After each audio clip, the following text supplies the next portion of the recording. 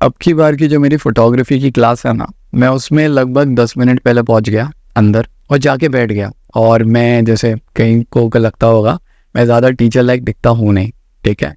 तो मैं आराम से और फॉर्मल पहन के नहीं गया था, वाइट शर्ट पहन के गया था। बैठ गया, बच्चे आपस में बात कर रहे हैं। एक बंदा, और मैं ये झूठ नहीं बोल रहा, वर्बेटम बोल रहा हूँ, वो ये वीडियो देखेगा तो हंसेगा। एक बंदा दूसरे को बोल रहा है कि अरे फोटोग्राफी पढ़ाने वाला कौन आने वाला था। तो दूसरे को बोलता है अरे भाई उसका मैंने इंस्टाग्राम देखा, बहुत रंगीन आदमी है। आपस में उनकी बातें हो रही है, ठीक है। अब क्यों रंगीन आदमी मुझे भी नहीं पता बट आपस में उनकी बातें हो रही है। उसके बाद में मैं जाके पीछे बैठ गया, कुछ लोगों ने पलट के देखा तो एक दूसरे को बोलता है कि अरे हाँ 3 नए लोग आने वाले थे। ये चल रहा है।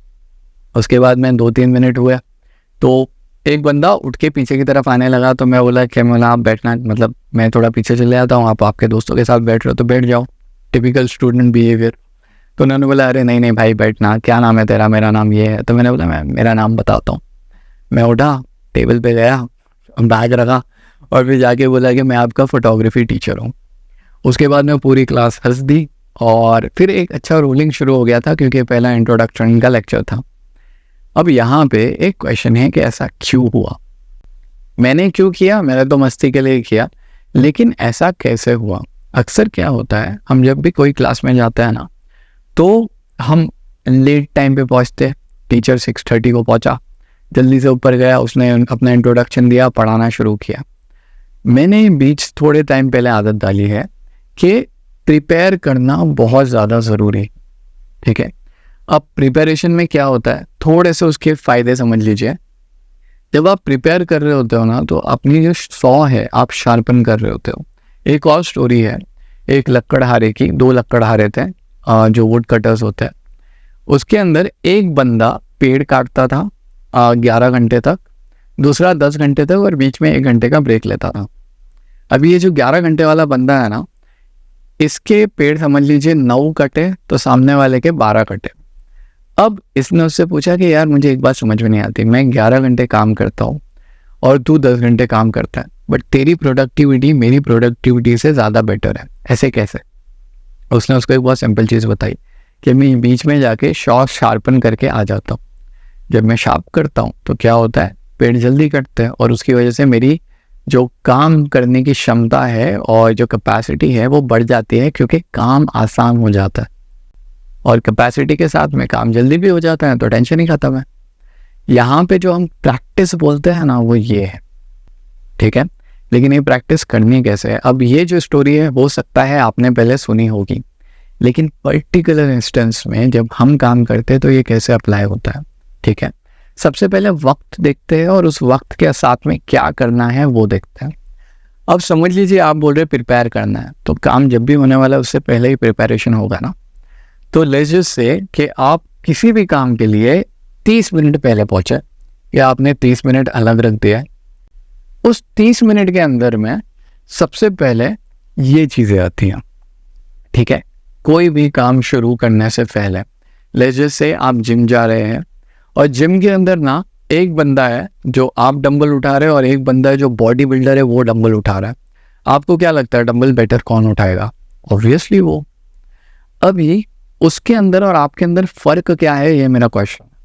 सबसे पहला तो जब मैं जानता हूँ कि उसके रिफ्लेक्सेस बेटर हैं, उसकी बॉडी बल्की है, उसके मसल्स बेटर है, उसका एक्सपीरियंस है, मान लिया, लेकिन उसके साथ एक और चीज़ है, वो है माइंडसेट, ठीक है। जब आप सही माइंडसेट से कोई चीज़ करोगे ना तो आपका और उसका अगर माइंडसेट सिमिलर है तो आप उसके इतना पावर तो नहीं, लेकिन उसके इतना जो पैशन है वो पुल कर पाओगे, ठीक है। अब ये माइंडसेट कहाँ से आता है, ये क्या भला है? देखो, एक चीज़ होता है ख्याल और एक चीज़ होती है फीलिंग, ओके। तो मेरे हिसाब से माइंडसेट सेट करते वक्त पहले सेट होता है मूड। अब ये मूड वो वाला नहीं है कि कैंडल जला दी और एकदम अच्छी अच्छी लाइट लगा दी और आराम से डिनर करने बैठे, मैं उस मूड की बात नहीं कर रहा। ये मैं इस मूड की बात कर रहा हूँ जहाँ पे लेट्स जस्ट से आप कोई काम कर रहे हो और आप चिढ़े हुए हो और सामने वाला बोलता है कि ये काम 6 बजे तक ख़त्म हो जाना चाहिए और आप भड़के हुए, आपने बोला मेरा मूड नहीं है, मुझे काम नहीं करना, ठीक है। और लेट्स जस्ट अज्यूम कीजिए कि आपके पास ऑप्शन ही नहीं है, आपको काम करना ही पड़ेगा। अब जो आपका मूड है, मैं उस मूड की बात कर रहा हूँ, ठीक है। तो इसके अंदर काम आप कम करोगे, जितना उसने दिया है उससे कम करोगे, अगर करोगे भी तो चिढ़ के करोगे, और काम करते वक्त आपको मज़ा नहीं आएगा। लेकिन जैसे आपका मूड अगर अच्छा है, तो उसने बोला 6 बजे तक हो जाएगा, आपने बोला अरे यार 5:30 बजे ही ले लेना, ओके।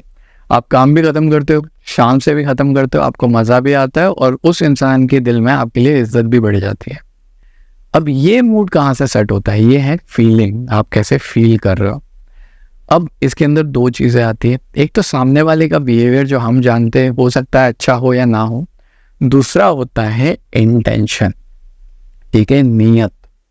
अब नीयत ख्याल और फीलिंग दोनों से अलग है, ठीक है। नीयत थोड़ी ज़्यादा स्पिरिचुअल भी है। जब हमारी लहजे से किसी को मदद करने की नीयत होगी ना, जिसके रिटर्न में हम कुछ भी नहीं चाहते, तो क्या होता है, भले कुछ हो या ना हो, हम सामने वाले की मदद करके आ जाते हैं। वहाँ पे हमारा मूड अच्छा रहता है। फॉर एग्जांपल, आपने सोचा था कि कोई फ्रेंड है जिसका बिजनेस इतना अच्छा ग्रो नहीं कर रहा, तो एक काम करते हैं, उसकी हेल्प करते हैं, ठीक है। 3 घंटे काम करके आएंगे, आप वहाँ पे गए, आपने 4 घंटे काम किया। अभी अपने माइंडसेट को ज़रा सोचिए, चाहिए तो आंख बंद कर लीजिए और सोचिए कि आप हेल्प करने के लिए जब जा रहे हो, आपकी नीयत अच्छी है, उसके साथ में आपका जो मूड है ना, वो पूरा फुल ऑन मोड पे है, क्योंकि आपके पास पावर है जो आप किसी को दे रहे हो, किसी की मदद कर रहे हो। उसके साथ में अगर उस इंसान को 3 घंटे लगते हैं, आप 4 घंटे लगाओ, क्या होगे, ये आपका माइंडसेट है। अब आंखें खोल लो, फिर बंद कीजिए। तो इसको जब आप रिपीट करते हो day in and day out, तो इससे हम कहते हैं practice. Practice of what? Practice of sharpening the saw, ठीक है। तो हम जो बोल रहे थे ना, सॉ शार्प करना है, वो ये प्रैक्टिस है। आप जब वैसे अपनी नियत बनाते हो, तो आपका जो काम है, भले आधा घंटे का हो, 2 घंटे का हो, 8 घंटे का हो, 2 दिन का हो, जब आप काम के लिए जा रहे हो नींद में से उठ के, अगर आधा घंटा पहले उठ जाओ, या ट्रेन में या बस में, माइंड अपना सेट कर दो, तो यहाँ पे जब पहुँचोगे ना, तो प्रिपेयर्ड का मतलब क्या होता है बॉस? प्रिपेयर्ड का मतलब होता है रेडी रहना, ओके। उस दिन अगर मैं लेट पहुँचता क्लास में, तो मैं रेडी नहीं था, मतलब मैं रेडी था पढ़ाने के लिए, लेकिन उन लोगों को समझने के लिए, उनका माइंडसेट समझने के लिए मैं रेडी नहीं था। यहाँ पे आप रेडी होते हो, ठीक है। अब रेडी होके आप क्या करते हो? रेडी होके जो मैंने किया था, यू रीड द रूम, ठीक है।